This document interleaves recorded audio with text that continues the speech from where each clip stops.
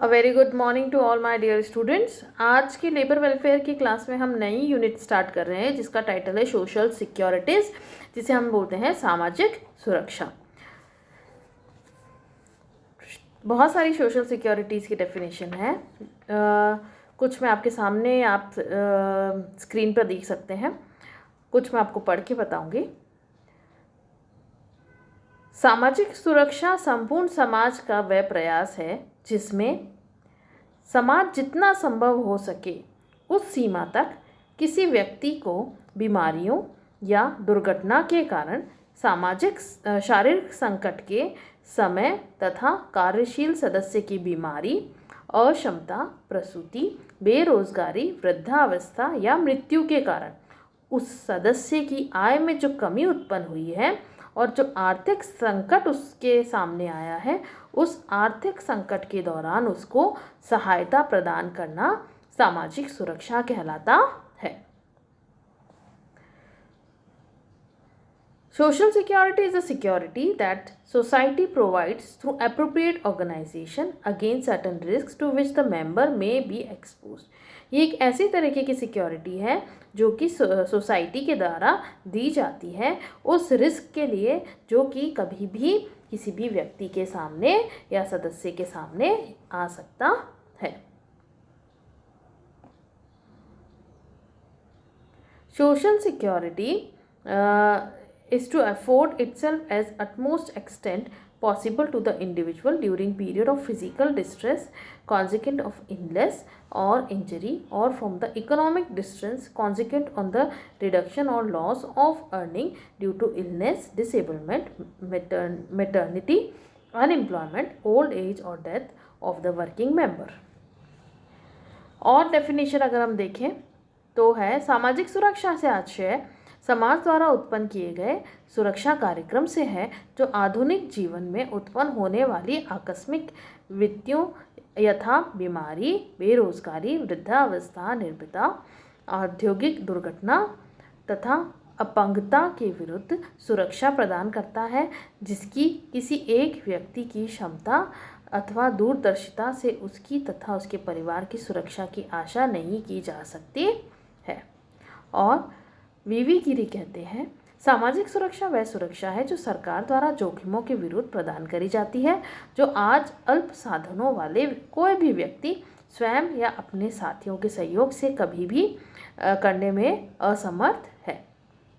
National commission of labour on labour ये कहता है कि सामाजिक सुरक्षा इस बात का विचार है कि सामूहिक प्रयासों से समाज में उन सदस्यों को उन सामाजिक जोखिमों से बचाया जाएगा जो किसी भी अनावश्यक कठिनाइयों तथा अभाव उत्पन्न करती हो और जिसके निजी साधन सामान्यतः उनसे बचाने के लिए अपर्याप्त होते हैं।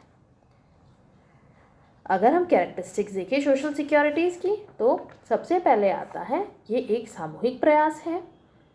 ये किसी संस्था या संगठन या सरकार के माध्यम से किया जाता है। ये जोखिम, आपत्तियां एवं दुर्घटना के विरुद्ध सुरक्षा प्रदान करता है। साधनों अथवा अपने साथियों के संयोग से जोखिम का सामना करने में जब व्यक्ति असमर्थ हो जाता है तब ये दिया जाता है। ये जो सुरक्षा है वो विचारधारा, सामाजिक न्याय तथा मानवीय प्रतिष्ठा के सिद्धांत पर आधारित है जिसे हम सोशल जस्टिस और ह्यूमन डिग्निटी कहते हैं। ये कोई सुरक्षा कोई दान नहीं है। यह सुरक्षा भविष्य की चिंताओं से व्यक्ति को मुक्त करती है, उसके साथ साथ उसे न्यूनतम जीवन स्तर उपलब्ध करवाती है। वर्तमान युग में सामाजिक सुरक्षा प्रदान करना सरकार का एक महत्वपूर्ण दायित्व है। सामाजिक सुरक्षा कार्यक्रम का विस्तृत कार्यक्रम है। आगे हम देखते हैं स्कोप ऑफ सोशल सिक्योरिटीज़ क्या होता है। स्कोप ऑफ सोशल सिक्योरिटी जिसे हम बोलते हैं सामाजिक सुरक्षा का क्षेत्र, इसको हम दो पार्ट में डिवाइड करते हैं। पहला है सोशल असिस्टेंस जिसे हम हिंदी में बोलते हैं सामाजिक सहायता, और सेकंड आता है सोशल इंश्योरेंस जिसे हम हिंदी में बोलते हैं सामाजिक बीमा। अब जो सामाजिक सहायता ऐसी सहायता है जो सरकार द्वारा अपने साधनों में से अभावग्रस्त व्यक्तियों या अल्प साधनों वाले व्यक्तियों को न्यूनतम जीवन स्तर बनाए रखने के लिए उपलब्ध कराई जाती है। सरकार यह सहायता कोई दान स्वरूप नहीं करती है बल्कि इसे प्राप्त करने वाले का अधिकार होता है। सामाजिक सहायता का जो अधिकारी बनने के लिए किसी भी व्यक्ति को अपने अंशदान को भी करने की कोई आवश्यकता नहीं होती है, बल्कि सरकार ही अपने कोष से सहायता उपलब्ध करवाती है। सरकार इस प्रकार की सहायता देने के लिए सामान्य बजट में व्यवस्था करती है, जिसे करों एवं अन्य आय से प्राप्त किया जा सकता है। नेशनल कमीशन ऑन लेबर कहता है कि सामाजिक सहायता जो है योजना अल्प साधनों वाले व्यक्तियों को न्यूनतम जीवन स्तर के लिए अधिकार पूर्वक लाभ प्रदान करती है तथा करारोपण द्वारा इस योजना की वित्त व्यवस्था की जाती है। उसके साथ साथ सामाजिक सुरक्षा की कुछ विशेषताएं हैं, वो हम ध्यान से सुनते हैं। सामाजिक सहायता कार्यक्रम सरकार द्वारा संचालित किया जाने वाला कार्यक्रम है।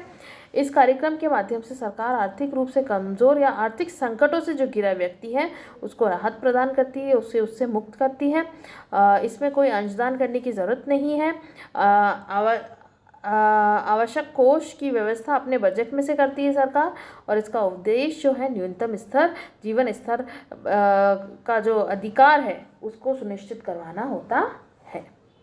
अब हम देखते हैं सोशल इंश्योरेंस, जिसे हम बोलते हैं सामाजिक बीमा। क्या होता है? सामाजिक बीमा वह व्यवस्था है जिसमें श्रमिक, सेवायोजक एवं सरकार के सहयोग से तीनों मिलकर इसमें कंट्रीब्यूशन करते हैं और बेरोजगारी, बीमारी, दुर्घटना, मृत्यु आदि अनेक जोखिमों की बीमा करवाते हैं, ताकि उन जोखिमों से उनको एवं उनके परिवार का जीवन स्तर को बनाया जा सके।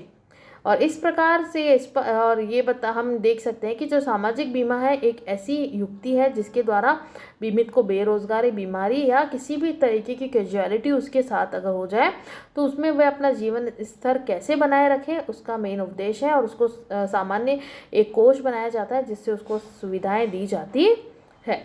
उसके साथ साथ इसकी कुछ विशेषताएं हैं। पहला हम देखते हैं सामाजिक बीमा अंशदान देकर करवाया जाता है। यह अंशदान सामान्यतः सेवायोजक, कर्मचारी तथा सरकार तीनों के द्वारा तीनों ही पक्षकारों के द्वारा किया जाता है। यह बीमा अनिवार्य है करवाना, और उसके साथ साथ बीमा कोष का निर्माण किया जाता है। बीमा लाभों का भुगतान किया जाता है। लाभों एवं उसके द्वारा चुकाए गए प्रीमियम के बीच कोई निश्चित अनुपात या संबंध नहीं होता है कभी भी, और यह पूर्ण सुरक्षा प्रदान नहीं की जाती है, बल्कि उन्हें सहायता आवश्यक उपलब्ध कराई जाती है ताकि वह जो जोखिम है उसमें का सामना करने में सार्थक हो सके।